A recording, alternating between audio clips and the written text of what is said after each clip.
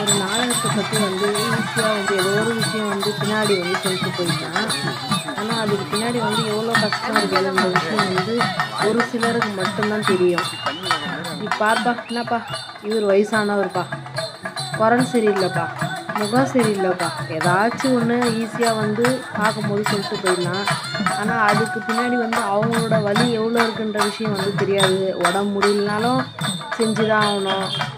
எந்த பிரச்சனை வந்தாலும், வீட்டு பிரச்சனை இருந்தாலும் வெளி பிரச்சனை இருந்தாலும் அதை வந்து வெளியே காட்டாமல் வந்து மேடைக்கு எடுத்துன்னு வராமல் சமாளிக்கணும். இது எல்லாமே இருக்குது. அதை நாடகம் பார்க்குறவங்க வந்து அந்த ஒரு சில விஷயத்தையும் நீங்கள் வந்து பாருங்கள்.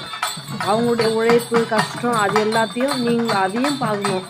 நம்ம என்னடா இது வந்தாங்க ஏதோ ஒன்று ஆடினாங்க இது சரியில்லை அது சரின்னு ஈஸியாக சொல்லிட்டு போயிடலாம். ஆனால் அதுக்கு பின்னாடி எவ்வளோ கஷ்டம் இருக்குது அப்படின்றது.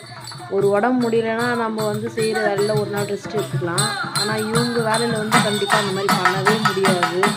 அவங்க வேலை இன்றைக்கி இந்த நாடகம் இவங்க தான் பண்ணணும் அப்படின்னா அது அவங்க தான் பண்ணி ஆகணும். அந்த விஷயத்தையும் நீங்கள் நோட் பண்ணுங்கள்.